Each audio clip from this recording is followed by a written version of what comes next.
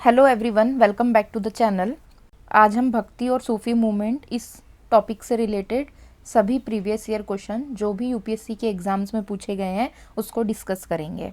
और क्वेश्चन के सिर्फ करेक्ट आंसर को नहीं, बाकी जो ऑप्शंस गलत हैं उनको भी डिटेल में डिस्कस करेंगे, जैसा हम बाकी की वीडियोज़ में करते आ रहे हैं, ताकि वो टॉपिक आपका अच्छे से तैयार हो जाए।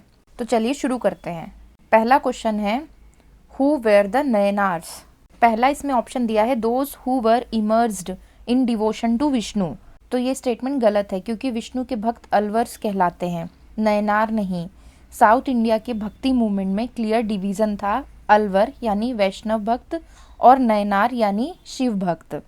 तो आप डायरेक्ट ऑप्शन सी देखिए, इसमें दिया है leaders who were devotees of Shiva. तो ये स्टेटमेंट सही है।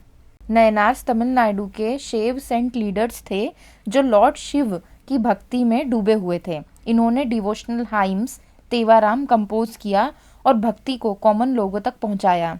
ये भक्ति मूवमेंट का एक इम्पॉर्टेंट पिलर था साउथ इंडिया में। इस क्वेश्चन का लास्ट ऑप्शन देखिए, इसमें दिया है leaders who were devotees of Basaveshwara. तो बसवेश्वरा 12th सेंचुरी के लिंगायत मूवमेंट के लीडर थे। आगे इनके बारे में और डिटेल में हम लोग देखेंगे। नेक्स्ट क्वेश्चन देखिए, इसमें पूछा है द सुर सागर इज। पहला ऑप्शन दिया है a medieval treatise on music composed by Tansen. तो ये स्टेटमेंट गलत है, क्योंकि तानसेन एक महान क्लासिकल सिंगर थे, कंपोजर और परफॉर्मर थे, ना कि किसी प्रसिद्ध किताब सुरसागर के लेखक। दूसरा इसमें ऑप्शन दिया है a poetic work of Surdas. तो ये बिल्कुल सही है। सूरसागर सूरदास की रचना है जो कृष्ण भक्ति पर आधारित है। इसमें लॉर्ड कृष्ण के बचपन, लीला और राधा कृष्ण प्रेम का सुंदर वर्णन मिलता है। ये ब्रज भाषा में लिखा गया भक्ति साहित्य का एक महत्वपूर्ण ग्रंथ है। तीसरे ऑप्शन में इसमें बहादुर शाह जफर की बात की गई है। तो ये अपनी उर्दू शायरी और गज़लों के लिए जाने जाते हैं, और उनकी राइटिंग का फोकस मुगल डिक्लाइन के ऊपर था, ना कि कृष्ण भक्ति पर। नेक्स्ट क्वेश्चन देखिए, among the following who was not a proponent of भक्ति कल्ट। पहला इसमें ऑप्शन दिया है नागार्जुन। तो इस क्वेश्चन का यही करेक्ट आंसर है, क्योंकि नागार्जुन भक्ति मूवमेंट से रिलेटेड नहीं थे। वो एक महान बुद्धिस्ट फिलोसोफर थे जिन्होंने मध्यमिका फिलोसॉफी, शून्यवाद को डेवलप किया। उनका फोकस डिवोशन यानी भक्ति पर नहीं, बल्कि मेटाफिजिक्स और लॉजिक पर था। हम बाकी के ऑप्शन भी देख लेते हैं। दूसरा इसमें दिया है तुकाराम। तो तुकाराम भक्ति मूवमेंट के प्रोमिनेंट सेंट पोएट थे। वो महाराष्ट्र के वरकारी ट्रेडिशन से जुड़े हुए थे और विट्ठला यानी विठोबा के भक्त थे। उनके अभंगास भक्ति लिटरेचर का कोर हिस्सा हैं। तीसरा ऑप्शन दिया है त्यागराज। तो त्यागराज भी भक्ति कल्ट के एक स्ट्रॉन्ग प्रोपोनेंट थे। वो साउथ इंडिया के महान कार्नेटिक म्यूजिक कंपोजर थे, जिन्होंने अपनी ज़्यादातर कृतियाँ लॉर्ड राम को समर्पित की हैं। लास्ट ऑप्शन दिया इसमें वल्लभाचार्य। तो वल्लभाचार्य भक्ति मूवमेंट के एक बड़े वैष्णव आचार्य थे। उन्होंने पुष्टि मार्ग फिलोसॉफी दी जो कृष्ण भक्ति पर बेस्ड है। नॉर्थ इंडिया में भक्ति को इंस्टीट्यूशनल फॉर्म देने में उनका बहुत बड़ा योगदान था। अब हम नेक्स्ट क्वेश्चन देखते हैं, हु अमंग द फॉलोइंग भक्ति पोएटेसेस बिलोंग टू कश्मीर वैली। पहला ऑप्शन दिया है रूपा भवानी। तो यही बिल्कुल करेक्ट आंसर है। रूपा भवानी कश्मीर वैली की भक्ति पोएटेस थी और कश्मीरी शैव ट्रेडिशन से जुड़ी हुई थी। उनकी रचनाएं उन्हें ललेश्वरी लाल देव की स्पिरिचुअल परंपरा का कंटिन्यूएशन माना जाता है, इसलिए ये ऑप्शन बिल्कुल सही है। दूसरा इसमें ऑप्शन दिया है अक्का महादेवी। तो अक्का महादेवी कर्नाटका की सेंट पोएट थी और लिंगायत मूवमेंट से संबंधित थी। उनकी भक्ति लॉर्ड शिवा चेन्नामालिकार्जुन के प्रति थी और उनका कश्मीर से कोई भी संबंध नहीं था। अब देखिए, जो भी क्वेश्चन मैं यहाँ पे आप लोगों को बता रही हूँ उनके आंसर्स को आपने कई जगह देखा भी होगा और पढ़ा भी होगा, बट बाकी के ऑप्शंस में जो नाम दिए हुए हैं उनके भी नोट्स आपको बनाने हैं, और वीडियो को देखते हुए ही बना लो तो काफ़ी अच्छा होगा, क्योंकि यही ऑप्शन एग्ज़ाम में हमारे सामने क्वेश्चन बनकर आ जाएंगे। हम बाकी के ऑप्शन को भी देख लेते हैं। थर्ड इसमें दिया है जनाबाई। तो जनाबाई महाराष्ट्र की भक्ति पोएटेस थी और वरकारी ट्रेडिशन से जुड़ी हुई थी। वो विठोबा की भक्त थी और उनके अभंग मराठी लैंग्वेज में मिलते हैं।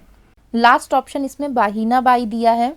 ये भी महाराष्ट्र की सेंट पोएट थी और मराठी भक्ति साहित्य का इम्पोर्टेंट हिस्सा थी।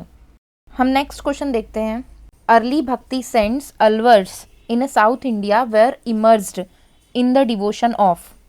तो ये रिपीट किया हुआ ही क्वेश्चन है। देखिए पहले वाले क्वेश्चन में हमने नयनार के बारे में देखा था, इसमें अलवर के बारे में पूछा है। तो इसका करेक्ट आंसर है डी, विष्णु।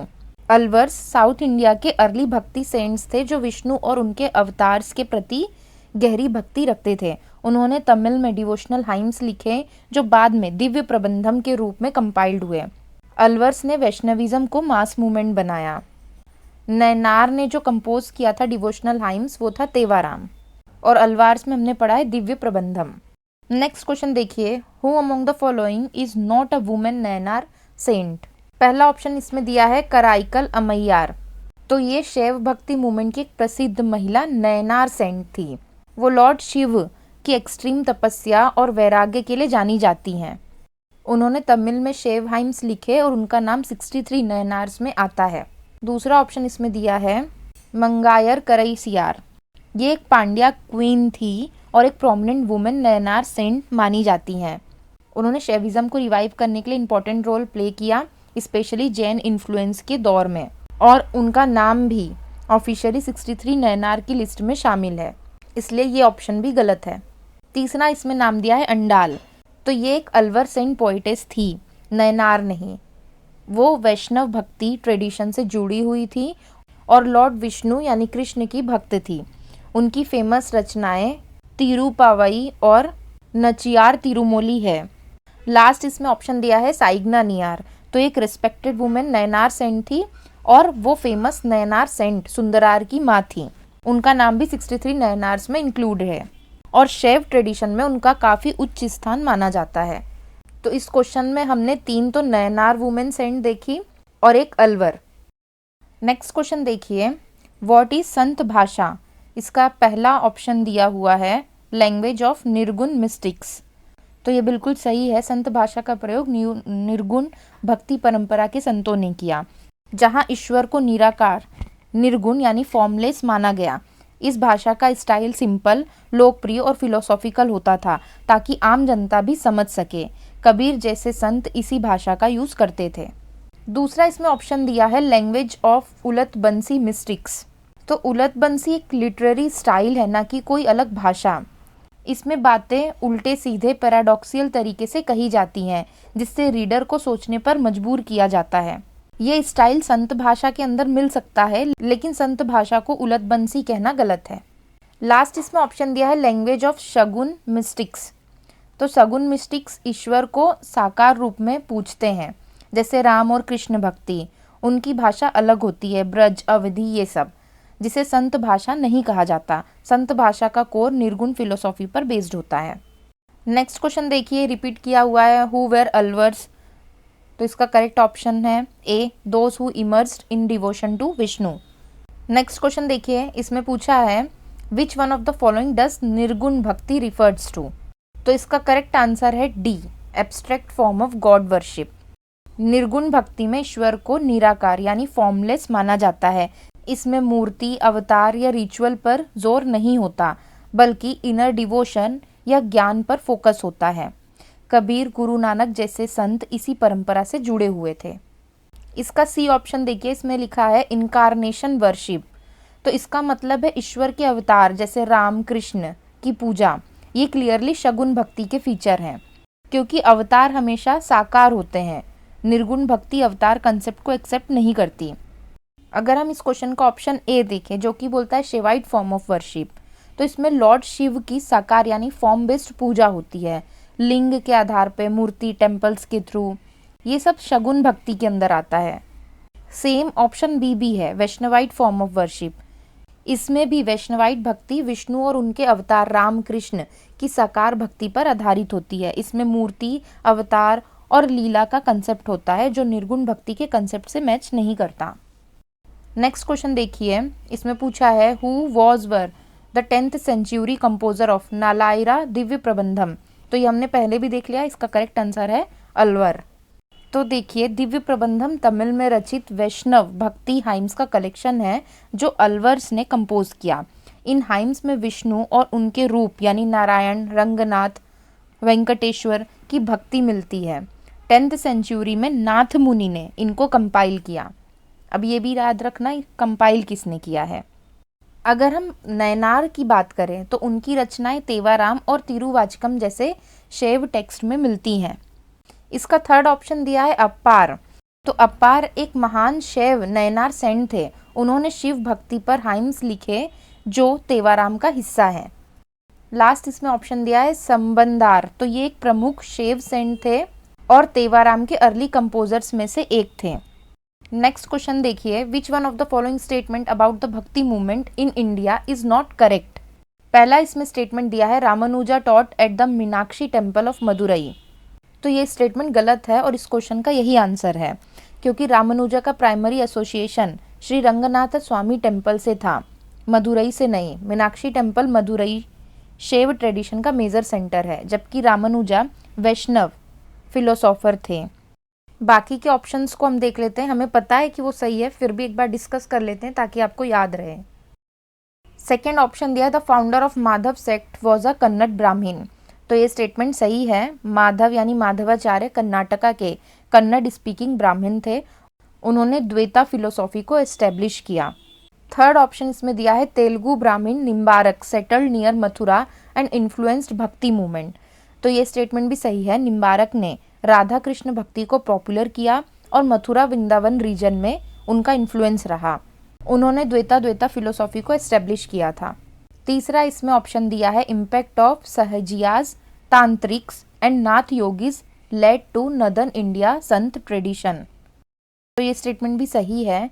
सहजिया तांत्रिक और नाथ योगिक ट्रेडिशन का असर नॉर्थ इंडिया के संत ट्रेडिशन यानी कबीर दादू गुरु नानक पर पड़ा। इस ट्रेडिशन ने रिचुअलिज्म और कास्ट हायरकी को चैलेंज किया और इनर डिवोशन पर जोर दिया।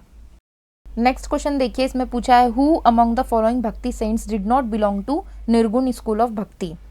ध्यान रखना, क्वेश्चन में पूछा है कौन से नहीं है। पहला तो इसमें ऑप्शन दिया है कबीर। तो कबीर निर्गुण भक्ति ट्रेडिशन के सबसे बड़े संत माने जाते हैं। उन्होंने ईश्वर को फॉर्मलेस माना और मूर्ति पूजा, जाति प्रथा और रिचुअलिज्म का विरोध किया।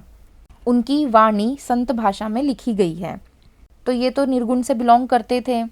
तो इस क्वेश्चन का करेक्ट आंसर तो ये नहीं है। दूसरा इसमें दिया है गुरु नानक। तो गुरु नानक भी निर्गुण भक्ति परंपरा से जुड़े हुए थे। उन्होंने एक निराकार एक ओंकार ईश्वर की बात की और एक्सटर्नल रिचुअल्स को रिजेक्ट किया। सिख धर्म की फाउंडेशन भी निर्गुण फिलोसॉफी पर आधारित है। तीसरा दिया इसमें दादू। तो दादू दयाल भी निर्गुण भक्ति के प्रमुख संत थे। उनकी टीचिंग्स कबीर से प्रभावित थी और वो जाति भेद, मूर्ति पूजा और फॉर्मल रिचुअल्स के खिलाफ थे। उनका फोकस इनर डिवोशन और ज्ञान पर था। लास्ट इसमें ऑप्शन दिया चैतन्य। तो ये इस क्वेश्चन का करेक्ट आंसर है, क्योंकि ये निर्गुण से बिलोंग नहीं करते थे। चैतन्य महाप्रभु शगुन भक्ति ट्रेडिशन के संत थे। उनकी भक्ति कृष्ण यानी साकार रूप पर केंद्रित थी, खासकर राधा कृष्ण प्रेम और नाम स्मरण पर। तो इस क्वेश्चन का करेक्ट आंसर है D, Chaitanya Mahaprabhu. Next question देखिए, रिपीट किया हुआ ही है। क्वेश्चन है व्हाट इज दिव्य प्रबंधम। तो इसका करेक्ट आंसर है A, composition by Alvars compiled in the form of an anthology.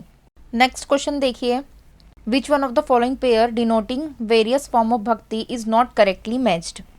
तो ये चारों वर्ड शगुन, निर्गुण, अलवर, नयनार, इन चारों के बारे में हमने ऑलरेडी पढ़ रखा है। पहला इसमें दिया saguna, belief in the god with attributes. तो ये बिल्कुल सही है। शगुन भक्ति में ईश्वर को साकार यानी विथ फॉर्म एंड एट्रीब्यूट्स माना जाता है। रामकृष्ण जैसे देवताओं की मूर्ति, लीला और नाम स्मरण इस ट्रेडिशन का हिस्सा है। तो ये करेक्ट पेयर है। दूसरा दिया है Nirgun, belief in gods without attributes. तो ये भी बिल्कुल करेक्ट है। थर्ड दिया है Alvars, believed in the devotion of Shakti. तो ये स्टेटमेंट गलत है। अलवर्स वैष्णव सेंट्स थे जो विष्णु और उनके अवतार की भक्ति करते थे। तो ये इस क्वेश्चन का करेक्ट आंसर है। लास्ट इसमें दिया है Nayanars, believe in the devotion of Shiva. तो ये बिल्कुल सही है। नेक्स्ट क्वेश्चन देखिए, which among the following statement is are correct. पहला स्टेटमेंट दिया है Divya Prabandham is an anthology of Alvar saints composition. कई बार ये स्टेटमेंट रिपीट हो चुका है और हमें पता है कि ये सही है। दूसरा दिया है Tevaram is the collection of Tamil Shaiva hymns यानी नयनार्स का। तो ये भी हमने पढ़ा है और ये स्टेटमेंट भी बिल्कुल सही है। लास्ट इसमें स्टेटमेंट दिया है Divya Prabandham is also described as a Tamil Veda. तो ये स्टेटमेंट भी बिल्कुल करेक्ट है। दिव्य प्रबंधन को तमिल वेद कहा जाता है क्योंकि ये साउथ इंडियन वैष्णविज्म में उतना ही पवित्र माना जाता है जितना संस्कृत वेदास। इसने भक्ति को संस्कृत से तमिल भाषा में आम जनता तक पहुंचाया है। तो इस क्वेश्चन का करेक्ट आंसर है 1, 2 एंड 3। नेक्स्ट क्वेश्चन देखिए, which of the following statement is are not correct about Bhakti tradition in south India. पहली स्टेटमेंट है earliest Bhakti movement in India were led by Alvar and Nayanar saints. तो ये स्टेटमेंट सही है। South India में early Bhakti movement का leadership Alvars और नयनार्स ने लिया। इन्होंने तमिल भाषा में डिवोशनल हाइम्स लिखकर भक्ति को मास मूवमेंट बनाया। दूसरा स्टेटमेंट है Divya Prabandham frequently described as Tamil Veda is an anthology of composition by the Alvars. ये स्टेटमेंट कई बार रिपीट की गई है और हमें पता है कि सही है। और देखिए क्वेश्चन में पूछा है कौन सी स्टेटमेंट करेक्ट नहीं है भक्ति ट्रेडिशन से रिलेटेड। तो ये दोनों तो सही हैं। थर्ड देख लेते हैं, Karaikal Ammaiyar women Alvar saints supported patriarchal norms. तो इनका नाम हमने CDS 2023 का क्वेश्चन था उसमें एक ऑप्शन में देखा था, वहाँ पर मैंने आपको इनके बारे में बताया भी था। अगर आपको याद होगा तब हमने ये देखा था कि ये एक शैव नयनार सेंट थी, अलवर नहीं, और उनकी लाइफ और भक्ति ने पेट्रियार्कल नॉर्म्स को चैलेंज किया, सपोर्ट नहीं। उनका एशियाटिक लाइफस्टाइल और डिवोशन जेंडर रोल से बाहर था। तो ये स्टेटमेंट इनकरेक्ट है और इस क्वेश्चन का यही आंसर है। नेक्स्ट क्वेश्चन देखिए, with reference to cultural history of India consider the following statement. और इसमें पूछा है कौन सी स्टेटमेंट करेक्ट है। पहली स्टेटमेंट है most of the Tyagaraja kritis are devotional songs in the praise of lord Krishna. तो ये स्टेटमेंट गलत है। त्यागराज की मेजोरिटी कृतिस लॉर्ड राम की भक्ति पर बेस्ड है, कृष्ण पर नहीं। उनकी रचनाएं राम भक्ति, भक्ति भाव और वैराग्य को रिफ्लेक्ट करती हैं। दूसरी स्टेटमेंट है त्यागराज क्रिएटेड सेवरल न्यू राग। तो ये स्टेटमेंट बिल्कुल सही है। त्यागराज ने कार्नेटिक म्यूजिक में कई नए राग को एदर क्रिएट या पॉपुलराइज किया। उनका योगदान सिर्फ डिवोशनल नहीं बल्कि टेक्निकल म्यूजिक डेवलपमेंट में भी बहुत बड़ा था। तीसरी स्टेटमेंट दी है Annamacharya and Tyagaraja are contemporaries. तो ये स्टेटमेंट गलत है। अन्नमाचार्य 15th सेंचुरी के संत थे जबकि त्यागराज 18-19th सेंचुरी के थे। दोनों के बीच लगभग 300 साल का गैप है। लास्ट स्टेटमेंट दिया है Annamacharya kirtans are devotional songs in a praise of lord Venkateshwara. तो ये बिल्कुल सही है। अन्नमाचार्य के कीर्तन्स वेंकटेश्वर यानी तिरुपति बालाजी की भक्ति पर आधारित है। उन्होंने हजारों संकीर्तन्स लिखे जो तेलुगु भक्ति साहित्य के फाउंडेशन माने जाते हैं। तो इस क्वेश्चन का करेक्ट आंसर है 2 and 4 ओनली। नेक्स्ट क्वेश्चन देखिए, consider the following statement relating to the भक्ति मूवमेंट। और इसमें बताना है कौन सी स्टेटमेंट सही नहीं है। पहली स्टेटमेंट दी है the Bhakti and Sufi cents gradually brought about a better understanding of the fundamental tenets of Hinduism and Islam underlining the fact that they had a great deal of similarity. ये statement बिल्कुल सही है। भक्ति और सूफी saints ने love, devotion, humanity और universal brotherhood पर जोर दिया। इन्होंने दोनों धर्मों के बीच कॉमन वैल्यूज जैसे एक ईश्वर, प्रेम और सेवा को हाईलाइट किया। इससे कम्युनल हार्मोनी और म्यूचुअल अंडरस्टैंडिंग को बढ़ावा मिला। सेकेंड स्टेटमेंट दिया है the Bhakti and the Sufi saint also brought about important changes in the approach to religion laying greater emphasis on formal observance and rituals. देखिए स्टेटमेंट गलत है। भक्ति और सूफी परंपरा का कोर ही रिचुअलिज्म का विरोध था। इन्होंने इनर डिवोशन, पर्सनल फेथ और सिंप्लिसिटी पर जोर दिया, ना कि फॉर्मल रिचुअल्स और ऑर्थोडॉक्स प्रैक्टिसेस पर, और इसी वजह से ये मूवमेंट पॉपुलर हुआ था।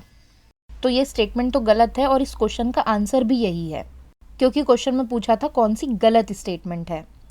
लास्ट स्टेटमेंट भी हम देख लेते हैं, they also contributed to the growth of regional languages and literature. तो ये स्टेटमेंट भी बिल्कुल सही है। भक्ति और सूफी सेंट्स ने संस्कृत, अरेबिक, पर्शियन के बजाय रीजनल लैंग्वेज जैसे तमिल, मराठी, अवध, ब्रज, पंजाबी का यूज़ किया। इससे रीजनल लिटरेचर का डेवलपमेंट हुआ और भक्ति आम लोगों तक पहुंची। नेक्स्ट क्वेश्चन देखिए, how many of the following statements about bhakti poet Namdev is are correct. पहला स्टेटमेंट दिया he seems to have played a part in transmitting the southern bhakti to northern India. ये स्टेटमेंट नामदेव के कंटेक्स्ट में सही नहीं माना जाता। नामदेव महाराष्ट्र के वरकारी भक्ति परंपरा से जुड़े थे। साउथ टू नॉर्थ भक्ति ट्रांसमिशन का रोल ज़्यादातर इंस्टीट्यूशनल मूवमेंट्स और लेटर सेंट से जोड़ा जाता है, इसलिए ये स्टेटमेंट गलत है। सेकेंड स्टेटमेंट दिया है he was a monotheist and opposed caste distinctions. तो ये स्टेटमेंट बिल्कुल सही है। नामदेव एक स्ट्रॉन्ग मोनोथीस्ट थे और ईश्वर की एकता में विश्वास रखते थे। उन्होंने जाति भेद, रिचुअलिज्म और सोसाइटी हायरकी का विरोध किया। उनकी भक्ति इगैलिटेरियन थी, जो संत ट्रेडिशन की कोर फीचर है। थर्ड स्टेटमेंट दिया है he was a follower of Kabir. तो ये स्टेटमेंट गलत है। कबीर और नामदेव कंटेम्पररीज नहीं थे और कोई क्लियर एविडेंस नहीं कि नामदेव कबीर के शिष्य या फॉलोअर थे। हाँ, दोनों के विचारों में सिमिलरिटीज मिलती है, लेकिन सिमिलरिटी का मतलब डिसाइपलशिप नहीं होता। तो इस क्वेश्चन का करेक्ट आंसर है 2।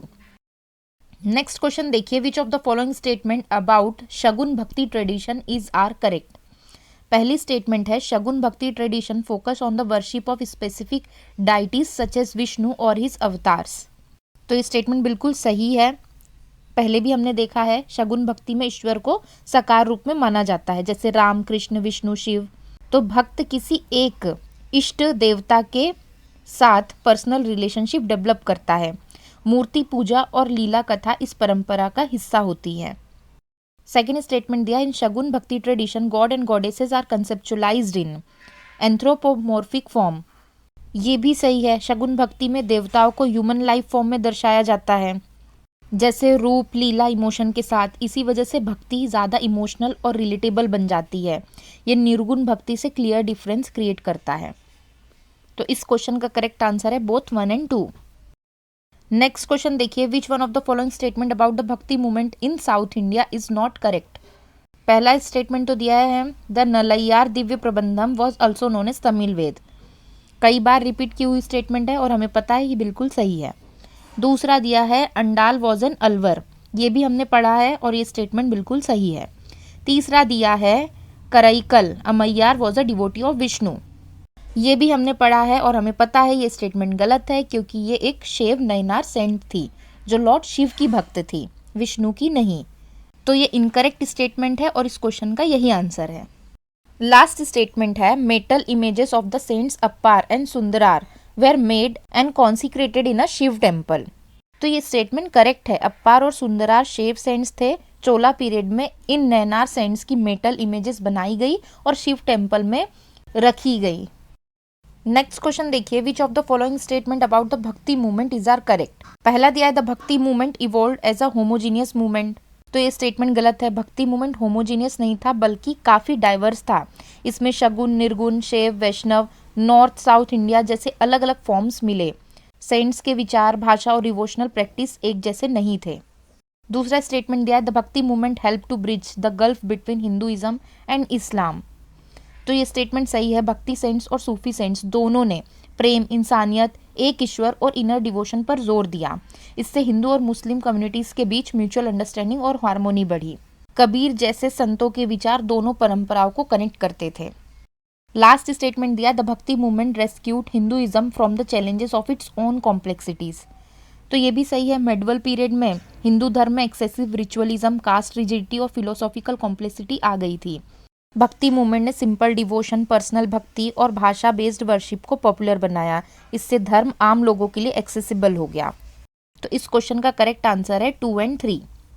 नेक्स्ट क्वेश्चन देखिए, verses ascribed to poet saint Kabir have been compiled in which of the following traditions. पहला दिया है बीजक इन वाराणसी। बीजक कबीर पंथ का एक महत्वपूर्ण ग्रंथ है जिसमें कबीर के दोहे, शबाद मिलते हैं। ये ट्रेडिशन खास तौर पर वाराणसी और कबीर पंथ से जुड़ा हुआ है। तो ये स्टेटमेंट बिल्कुल सही है। सेकेंड स्टेटमेंट दिया है कबीर ग्रंथावली इन राजस्थान।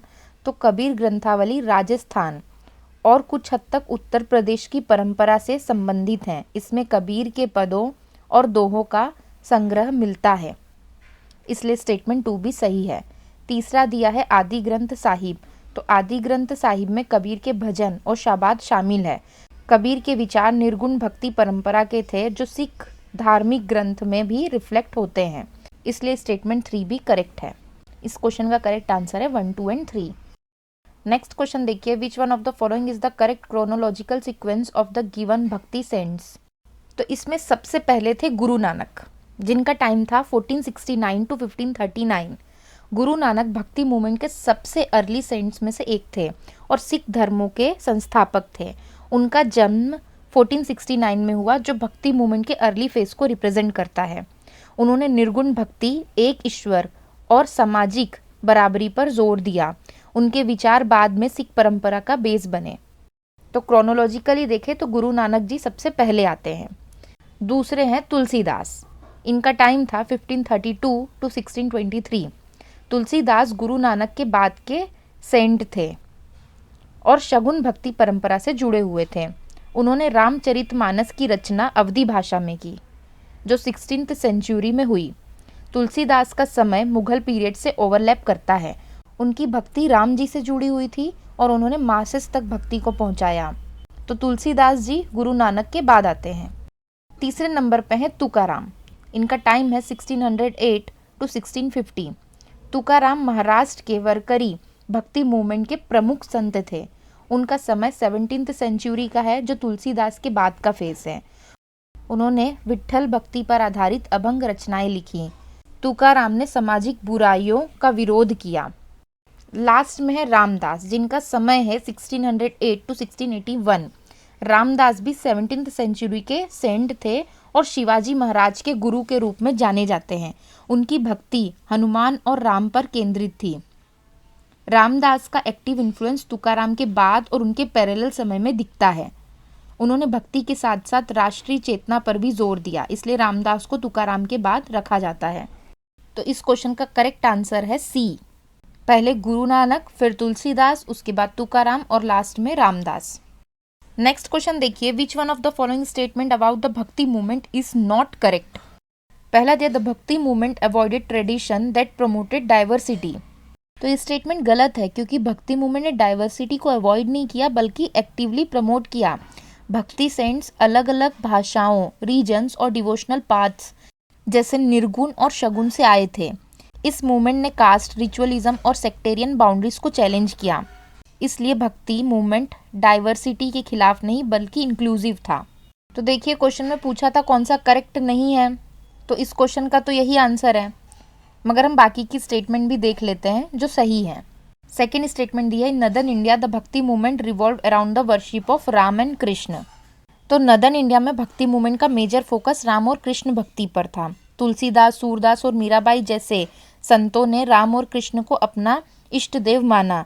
ये शगुन भक्ति ट्रेडिशन का हिस्सा था, जहां ईश्वर को साकार रूप में पूजा गया, इसलिए ये स्टेटमेंट बिल्कुल सही है।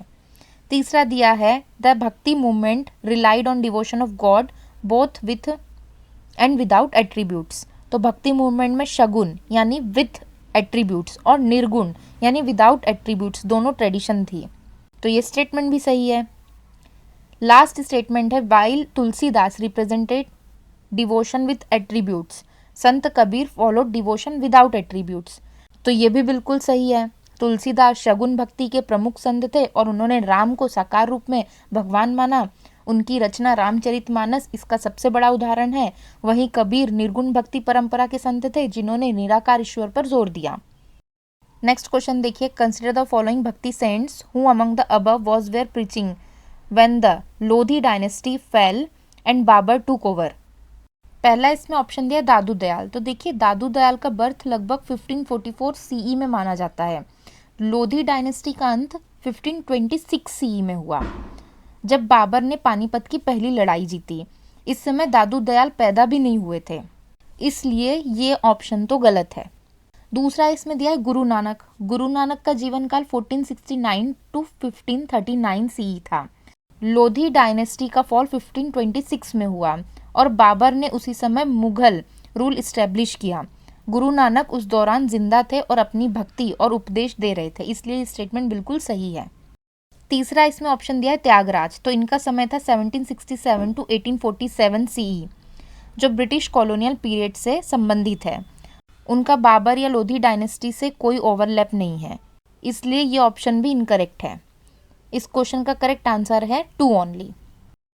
नेक्स्ट क्वेश्चन देखिए, कंसीडर द फॉलोइंग स्टेटमेंट। पहली स्टेटमेंट है, Bijak is the composition of the teachings of saint Dadu Dayal.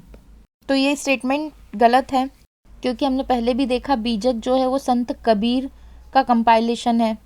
दूसरा स्टेटमेंट दिया द फिलोसॉफी ऑफ पुष्टि मार्ग वॉज प्रोपाउंडेड बाय माधवाचार्य। तो ये स्टेटमेंट भी गलत है। माधवाचार्य ने द्वैता वेदांता फिलोसॉफी दी थी जो विष्णु भक्ति पर आधारित है। पुष्टि मार्ग फिलोसॉफी तो वल्लभाचार्य ने दी थी जिसमें कृष्ण भक्ति पर जोर दिया गया। दोनों फिलोसॉफी और फाउंडर्स अलग अलग हैं। तो इस क्वेश्चन का आंसर है neither one nor two. Next question देखिए, कंसिडर द फॉलोइंग स्टेटमेंट्स। पहली स्टेटमेंट है Sant Nimbarka was a contemporary of Akbar. तो ये स्टेटमेंट गलत है क्योंकि निम्बारक का समय 12th-13th सेंचुरी के आसपास का माना जाता है, वहीं अकबर का 16th सेंचुरी में था। दोनों के बीच लगभग 300 साल का गैप है, इसलिए ये स्टेटमेंट गलत है। दूसरा स्टेटमेंट है Sant Kabir was greatly influenced by Shaikh Ahmad Sirhindi. तो ये स्टेटमेंट भी गलत है क्योंकि कबीर का जीवन काल 15th सेंचुरी का था जबकि शेख अहमद सरहिंदी का 16 to 17th सेंचुरी का, और ये एक सूफी थिंकर थे। सरहिंदी कबीर के काफ़ी बाद आए, इसलिए उनका इन्फ्लुएंस कबीर पर हो ही नहीं सकता था। इस क्वेश्चन का करेक्ट आंसर है neither one nor two. Next question देखिए, which one of the following is the correct sequence of the appearance of poet saints of bhakti Sufi tradition. पहले है अपार। तो अपार साउथ इंडिया के प्रमुख शैव नयनार सेंट थे और उनका समय 7th सेंचुरी का था। उन्होंने तमिल भाषा में शैव भक्ति को लोगों तक पहुंचाया। अपार भक्ति मूवमेंट के अर्ली फेज को रिप्रेजेंट करते हैं। रिचुअलिज्म से ज़्यादा उन्होंने पर्सनल डिवोशन और शिव भक्ति पर जोर दिया, इसलिए क्रोनोलॉजी में अपार सबसे ऊपर आते हैं। दूसरे नंबर पर हैं बसावना।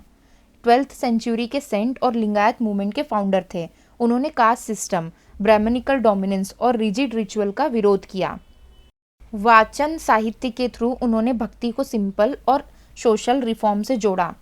बसवना अपार के काफ़ी बाद और लालदेव से पहले के सेंट हैं। तीसरे नंबर पर है लालदेव। ये 14th सेंचुरी की कश्मीरी सेंट और मिस्टिक पोएट थी। उनके विचारों में भक्ति और सूफी ट्रेडिशन का सिंथेसिस दिखता है। उन्होंने कश्मीरी भाषा में वाक लिखे और इनर स्पिरिचुअल एक्सपीरियंस पर जोर दिया। लास्ट में है मीराबाई। ये 16th सेंचुरी की प्रमुख कृष्ण भक्त सेंट थी। उन्होंने राजपूताना रीजन में शगुन भक्ति को लोकप्रिय बनाया। उनकी भक्ति इंटेंस पर्सनल डिवोशन पर आधारित थी और सामाजिक बंधनों से परे थी। मीराबाई भक्ति मूवमेंट के लेटर फेज की प्रतिनिधि हैं, इसलिए क्रोनोलॉजी में उनका स्थान सबसे लास्ट में आता है। इस क्वेश्चन का करेक्ट आंसर है सी। पहले अपार, फिर बासवन्ना, तीसरे नंबर पे लालदेव और लास्ट है मीराबाई। नेक्स्ट क्वेश्चन देखिए, which one of the following statement about the teachings of Kabir is not correct. पहला दिया है he was not against pilgrimage and idol worship. तो ये स्टेटमेंट गलत है क्योंकि कबीर ने पिलग्रिमेज यानी तीर्थ यात्रा और आइडल वर्शिप दोनों का खुलकर विरोध किया था। कबीर के दोहों में मूर्ति पूजा और अंधी धार्मिक परंपराओं पर कठोर आलोचना मिलती है। उनका मानना था कि ईश्वर बाहर नहीं इंसान के मन में होता है, इसलिए ये कहना कि कबीर इनके खिलाफ नहीं थे ये बिल्कुल गलत है और इस क्वेश्चन का यही आंसर है। मगर हम बाकी के ऑप्शंस भी देख लेते हैं। दूसरा दिया ही believed in a universal love. तो कबीर ने प्रेम, मानवता और यूनिवर्सल ब्रदरहुड पर जोर दिया। उनके लिए हिंदू मुस्लिम का भेदभाव अर्थहीन था। उन्होंने सभी धर्मों के लोगों को एक ईश्वर की संतान माना, इसलिए यूनिवर्सल लव कबीर के विचारों का एक कोर था और ये स्टेटमेंट करेक्ट है। तीसरा दिया he emphasized on one god and the spread of devotionalism.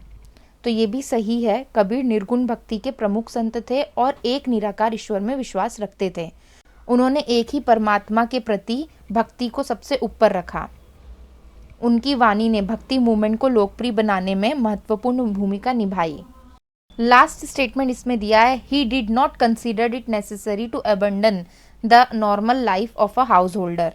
तो कबीर ने संन्यास और गृहस्थ जीवन के बीच कोई कठोर रेखा नहीं खींची। उनका मानना था कि इंसान घर गृहस्थी में रहकर भी भक्ति कर सकता है और ये विचार कॉमन लोगों के लिए बहुत प्रैक्टिकल था, इसलिए स्टेटमेंट भी सही है।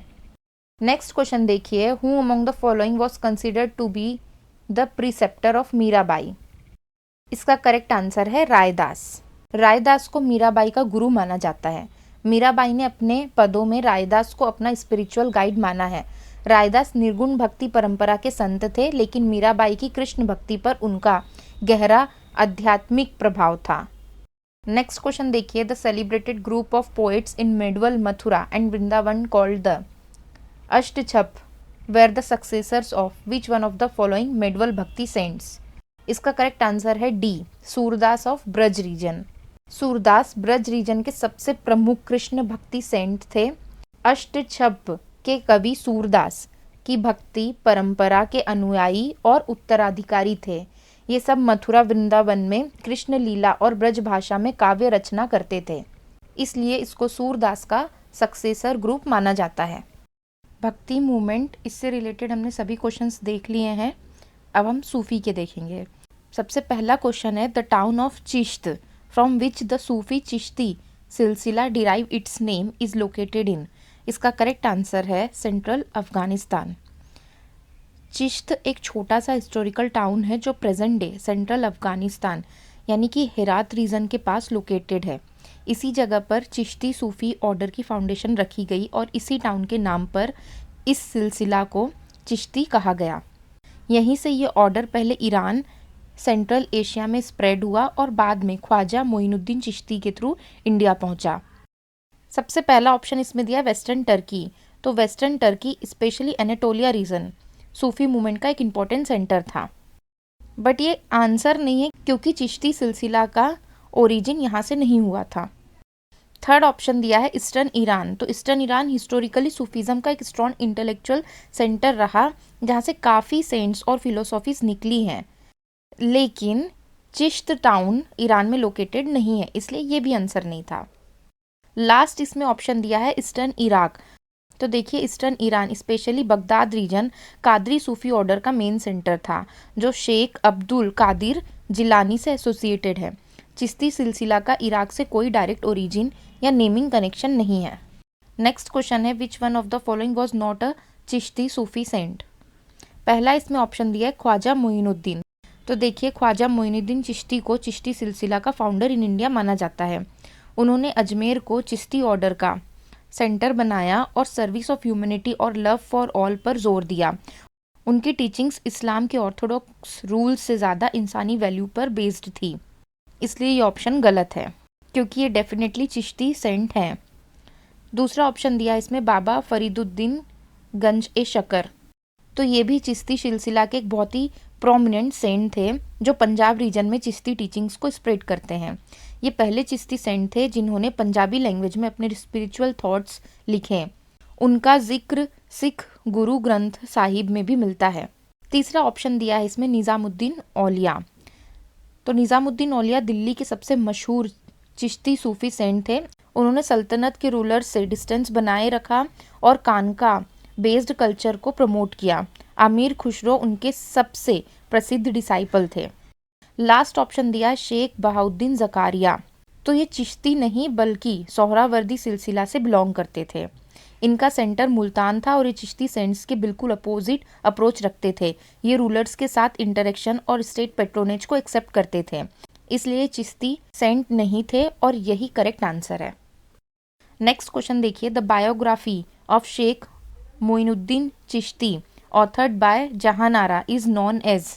पहला ऑप्शन दिया है मुनीस अल अरवा। तो यही करेक्ट आंसर है। ये एक बायोग्राफी है जो शेख मोइनुद्दीन चिश्ती के लाइफ और स्पिरिचुअल टीचिंग्स पर बेस्ड है। इस बुक की ऑथर जहानारा बेगम थी जो मुगल प्रिंसेस होने के साथ साथ एक सूफी डिवोटी भी थी। इसमें ख्वाजा साहिब के स्पिरिचुअल जर्नी, मिरेकल्स और ह्यूमन वैल्यू को डिटेल में एक्सप्लेन किया गया है। नेक्स्ट ऑप्शन इसमें दिया है फवाइद उल फुआद। तो ये कोई बायोग्राफी नहीं है बल्कि ये रिकॉर्डेड सेइंग्स का कलेक्शन है। ये बुक निज़ामुद्दीन औलिया के डिस्कोर्सेस पर बेस्ड है और आमिर हसन ने इसे कंपाइल किया था। तीसरा ऑप्शन दिया है सिरातुल औलिया। तो ये कलेक्टिव वर्क है जो कई सूफी सेंट्स की लाइफ्स को डिस्क्राइब करता है, specially Chishti saints of India. Last option दिया है मुराकाए दिल्ली। दिल्ली के कल्चरल, सोशल और हिस्टोरिकल स्केचेस पर बेस्ड एक कंपाइलेशन है। इसका फोकस हिस्टोरिकल नरेटिव्स पर है। नेक्स्ट क्वेश्चन देखिए, what was ziyarat in language of the Sufis. पहला इसमें ऑप्शन दिया है pilgrimage to the tombs of Sufi saints for seeking barakat. तो इस क्वेश्चन का करेक्ट आंसर भी यही है। तो ज़ियारत का मतलब होता है सूफी सेंट्स की दरगाह यानी टॉम्स पर जाना, उनकी रूहानी बरकत हासिल करने के लिए।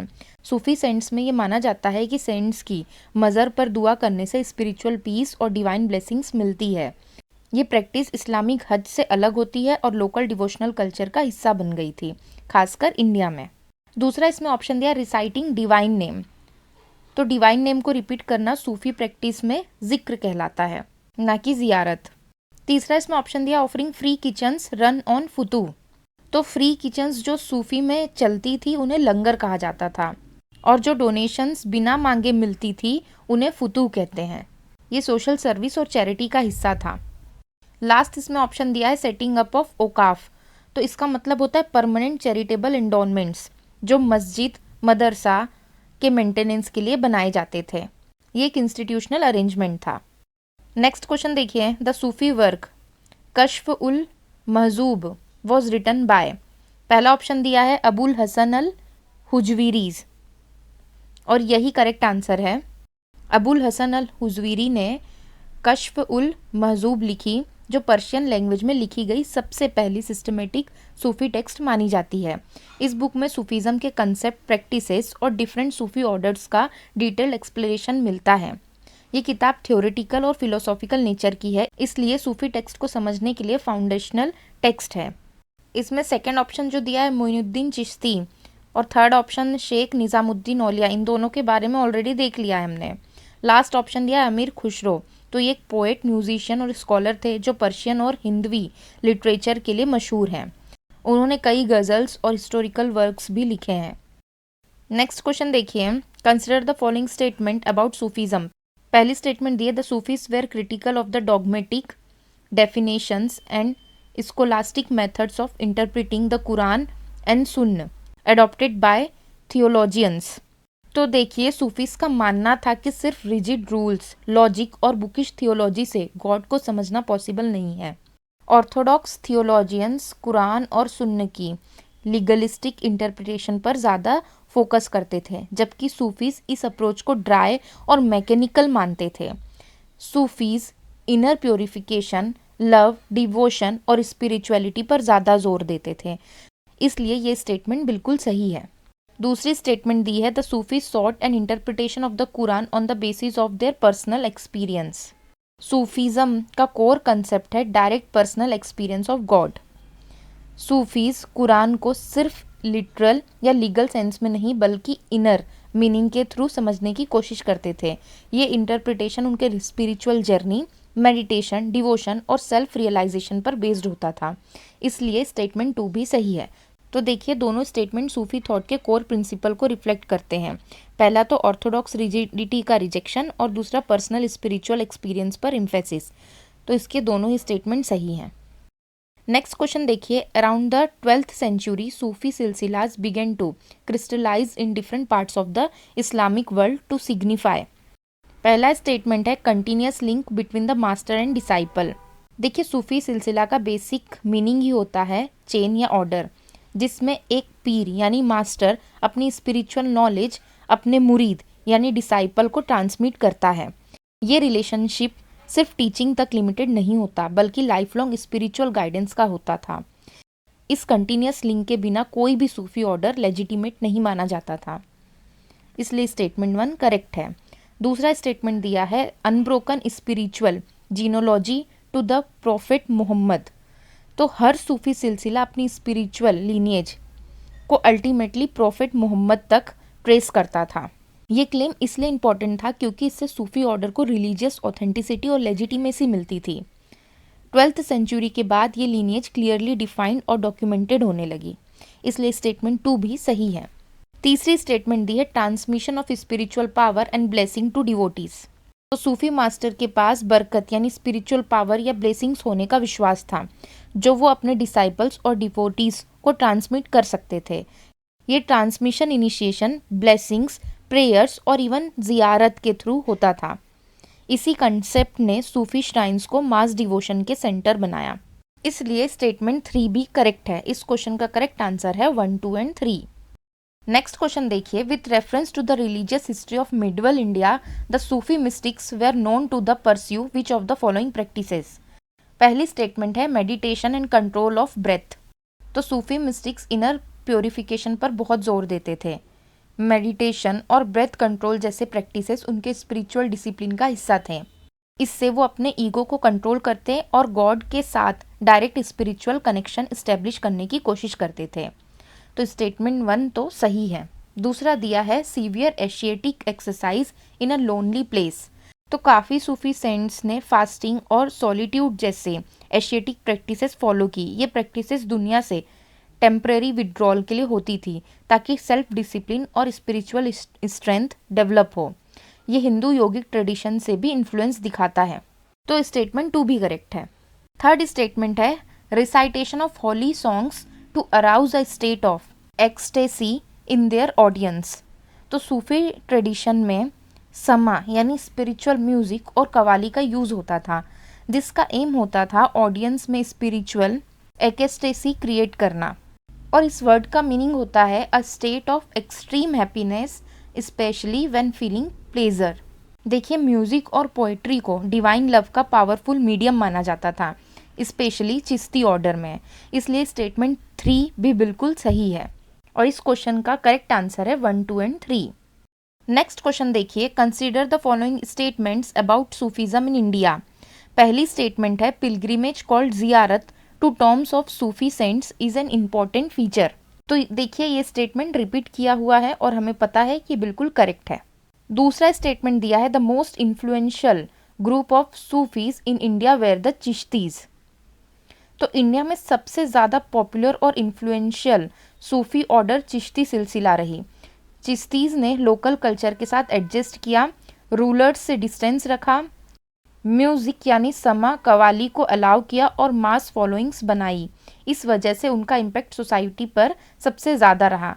तो स्टेटमेंट 2 भी करेक्ट है। इस क्वेश्चन का करेक्ट आंसर है बोथ 1 एंड 2। नेक्स्ट क्वेश्चन है द मुल्फूजात लिटरेचर इज। पहला स्टेटमेंट दिया है डिस्कोर्सेज बाय सूफी लीडर्स और इस क्वेश्चन का यही करेक्ट आंसर है। मलफूजात का मतलब होता है सूफी सेंट्स के सेइंग्स, सरमन्स और कन्वर्सेशंस जो उनके डिसाइपल्स ने रिकॉर्ड की होती हैं। ये टेक्स्ट फॉर्मल किताब नहीं होते बल्कि डेली इंटरेक्शन, स्पिरिचुअल एडवाइस और टीचिंग्स का कंपाइलेशन होते हैं। एग्जाम्पल के लिए फवाइद उल फुआद निज़ामुद्दीन औलिया के मलफूजात का फेमस कलेक्शन है। नेक्स्ट क्वेश्चन देखिए, शेख मोइनुद्दीन बख्तियार काकी एंड फरीदुद्दीन गंज ए शकर वेयर। तो इसका करेक्ट आंसर है सी, प्रोमिनेंट चिश्ती सेंट्स। ये क्वेश्चन भी रिपीट किया हुआ है इसलिए मैं यहाँ पर एक्सप्लेन नहीं कर रही हूँ। इस सीरीज का हम लास्ट क्वेश्चन देख लेते हैं।